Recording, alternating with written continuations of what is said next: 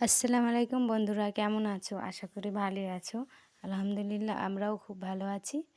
তো আজকে রান্না করব পাঙাশ মাছ।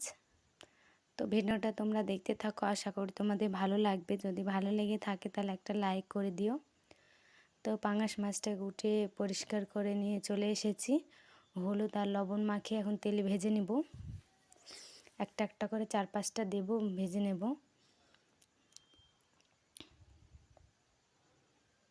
5টা দিলাম আমি।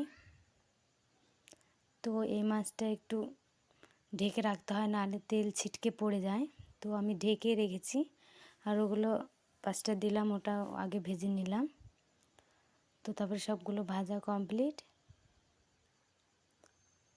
তো আমি এখন মশলাটা করে নিয়েছি।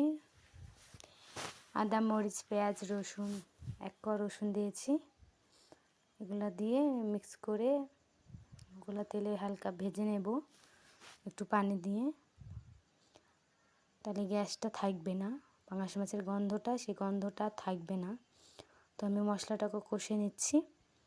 তো এই পাঙাশ মাছগুলো এখন দিয়ে দেব। তো 1 মিনিট কষে নিব আগে, তাহলে পাঙাশ মাছটা ভালো, পাঙাশ মাছে একটু গন্ধ আসে, সেই গন্ধটা পাঙাশ মাছে থাকবে না। তো আমার 1 মিনিট কষে নেওয়া হয়ে গেছে। তো আমি একটু পানি দিয়ে দেব।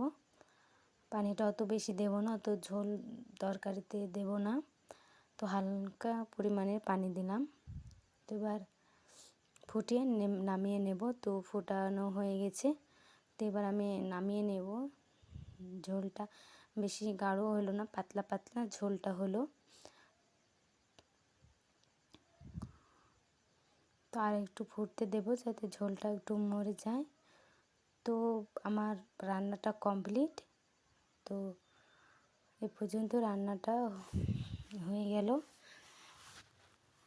তো লাল লাল ঝোল হয়েছে, বেশ ভালো লাগছে। তো ভিডিওটা এ পর্যন্ত। সব